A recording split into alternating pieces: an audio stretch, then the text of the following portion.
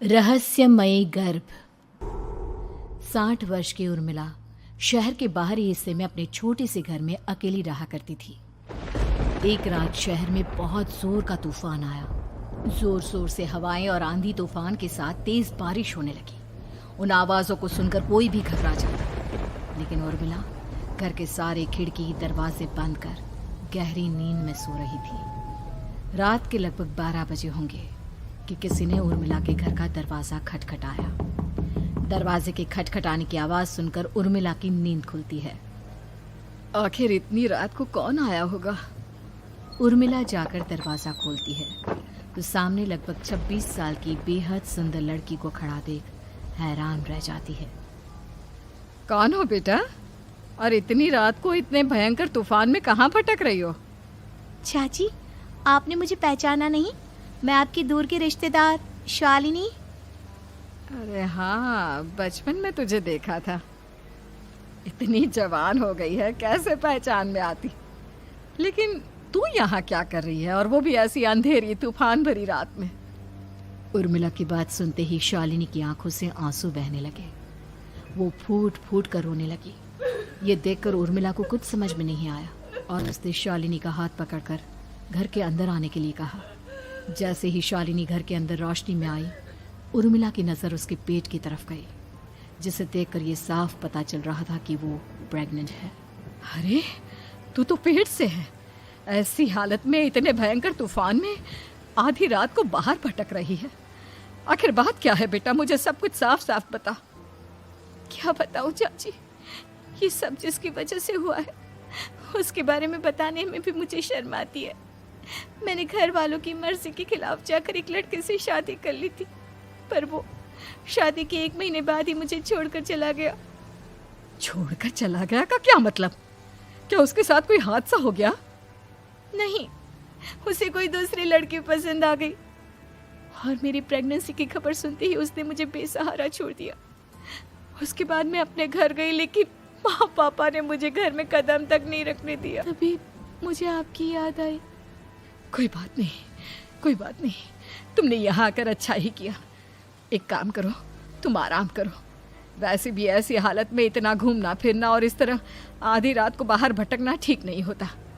Pregnant औरत को आधी रात को घर से बाहर नहीं निकलना चाहिए। बुरी आत्माएं उस पर अपना असर दिखा सकती है। और इतना कहकर उर्मिला ने शालिनी को एक दूसरे कमरे में जाकर आराम करने के लिए कहा।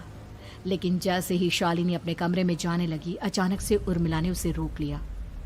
एक बात बताओ बेटा, तुम्हारा कौन सा महीना चल रहा है? पेट देखकर तो लगता है कि लगभग 6 महीने पूरे हो गए होंगे। उर्मिला की बात सुनकर शालिनी के होठों पर मुस्कुराहट आ गई। चाची जी, अभी सिर्फ 1 ही महीना हुआ है। शालिनी की बात सुन उर्मिला दंग रह गई। उसे समझ में नहीं आ रहा था कि प्रेगनेंसी के पहले ही महीने में शालिनी की हालत ऐसी क्यों थी।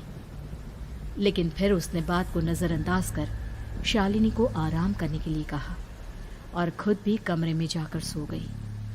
अभी कुछ ही घंटे बीते थे कि अचानक से एक बच्चे के बड़े ही अजीबोगरीब बेढंगे तरीके से रोने की आवाज़ें उर्मिला के घर में गूंजने लगी। उन आवाज़ों को सुनकर उर्मिला की नींद फिर से खुलती है। ये अचानक बच्चे के रोने की आवाज़ कहाँ से आने लगी? उसने उठकर चारों तरफ देखा, पर वहां उसे कोई नजर नहीं आया। उर्मिला घबराते हुए शालिनी के कमरे में गई तो वहां उसे कमरे की दीवार पर एक बेहद खौफनाक साया नजर आया, जिसे देखकर उर्मिला बुरी तरह से घबरा गई। आखिर ये सब क्या हो रहा है? शालिनी, शालिनी उठो!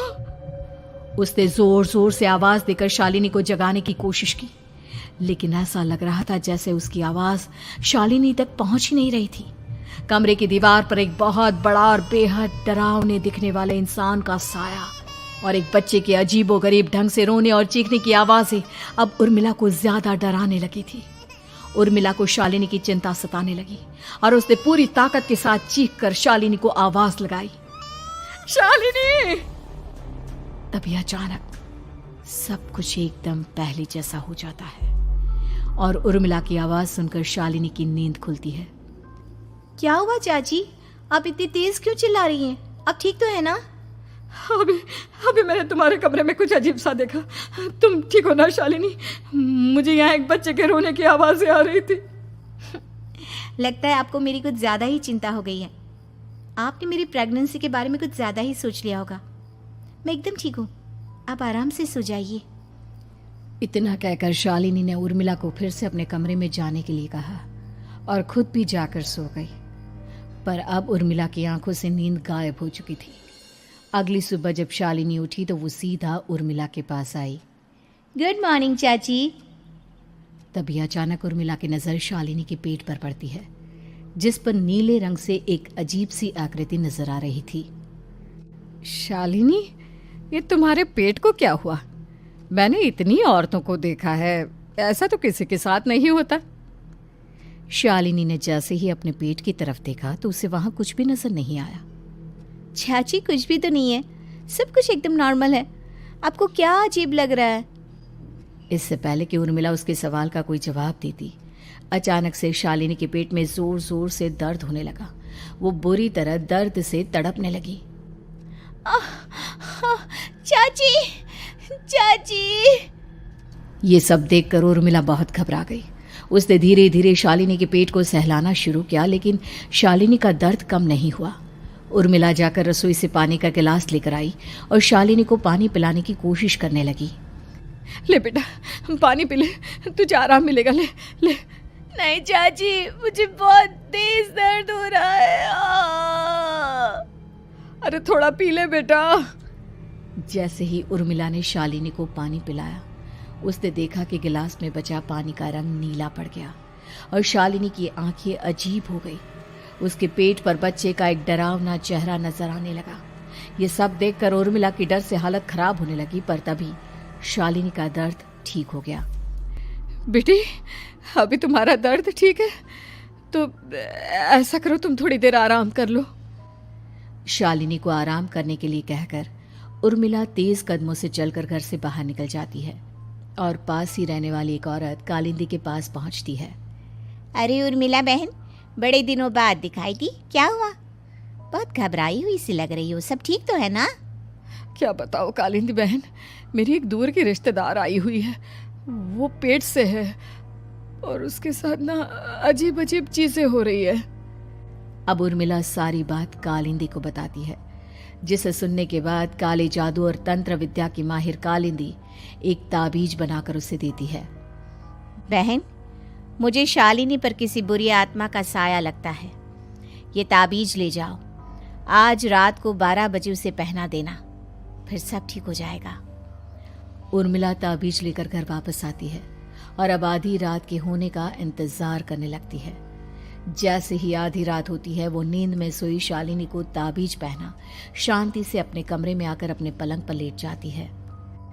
अब सब ठीक हो जाएगा, ये सोचकर उर्मिला शांति की एक सांस ही लेती है कि तभी अचानक उसकी आंखों के सामने कुछ ऐसा आता है जिसे देखकर उर्मिला डर से चीखने लगती है। तुम कौन हो? कौन हो तुम? जाओ यहाँ से, जाओ जाओ यहाँ से। तभी उर्मिला की एक जोरदार दर्द भरी डरावनी चीख वहां पर गूंज गई। उर्मिला की आंखों के सामने एक बच्चा खड़ा हुआ था, जिसका पूरा शरीर किसी बूढ़े की तरह नजर आता था, लेकिन मुंह किसी नवजात बच्चे की तरह था। उसकी आंखें गुस्से से लाल थी और वो घूर घूर कर उर्मिला की तरफ देखा जा रहा था।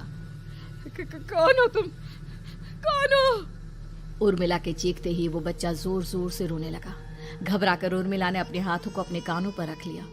उसकी समझ में नहीं आ रहा है कि आखिर ये सब उसके साथ क्या हो रहा है। कौन हो तुम? कौन हो? क्या चाहते हो मुझसे? जाओ जाओ यहाँ से, आखिर तुम हो कौन? तभी अचानक से उर्मिला के पूरे घर में लाल रंग की रोशनी फैल गई। वो बच्चा धीरे धीरे कदमों से चलता हुआ उर्मिला की तरफ बढ़ने लगा। किसी नवजात पैदा हुए बच्चे के जैसे उसके रोने की आवाज अब उर्मिला के कानों में गूंज रही थी। लेकिन कुछ ही सेकंड में वो चुप हो गया और उसने बेहद खतरनाक आवाज में उर्मिला के सवाल का जवाब दिया। मैं वो हूँ जो अब तक पैदा नहीं हुआ, लेकिन जब मैं पैदा हो जाऊंगा तो वो होगा जो अब तक कभी नहीं हुआ। ये क्या कहना चाहते हो तुम? ऐसा क्या हुआ जो अब तक नहीं हुआ? तबाही होगी, तबाही। सब कुछ खत्म हो जाएगा और ये जो लड़की मुझे जन्म देने वाली है, मैं उसका खून पी जाऊंगा, सारा खून। उस बच्चे की बात सुनते ही उर्मिला बुरी तरह घबरा गई। उसका एक बुजुर्ग आदमी जैसा शरीर, एक नवजात बच्चे जैसा चेहरा, ये दोनों ही बातें उर्मिला की समझ से बाहर थी। तभी वो बच्चा अचानक गायब हो गया। घर का माहौल फिर से पहले जैसा हो गया। लाल रंग की रोशनी भी अब गायब हो चुकी थी।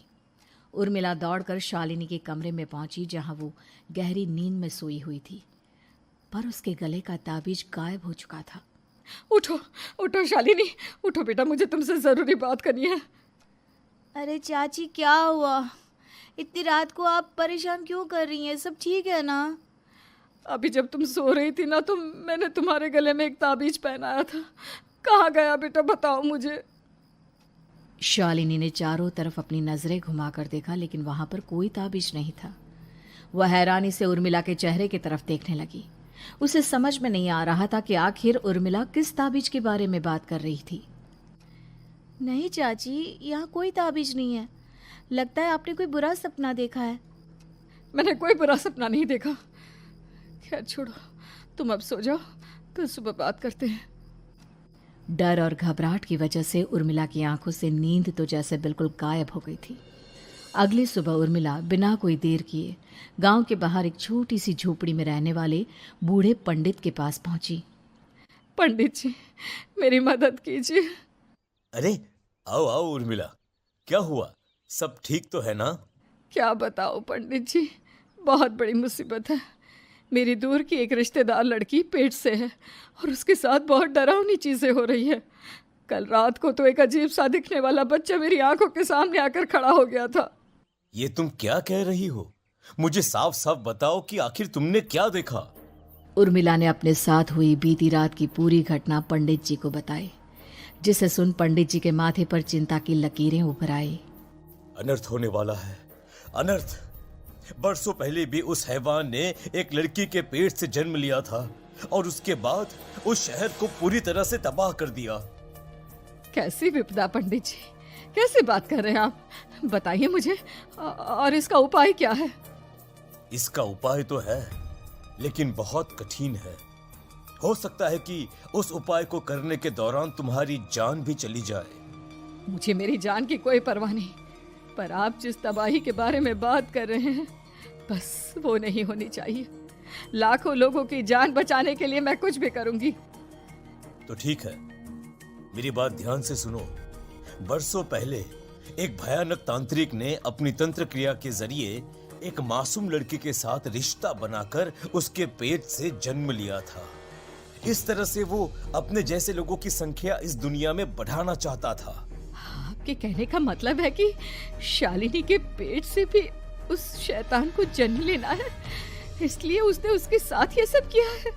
ठीक पहचाना तुमने। अब मैं तुम्हें एक ऐसा सिंदूर दूंगा जिसे तुम्हें ले जाकर उस लड़की के पेट पर लगाना होगा।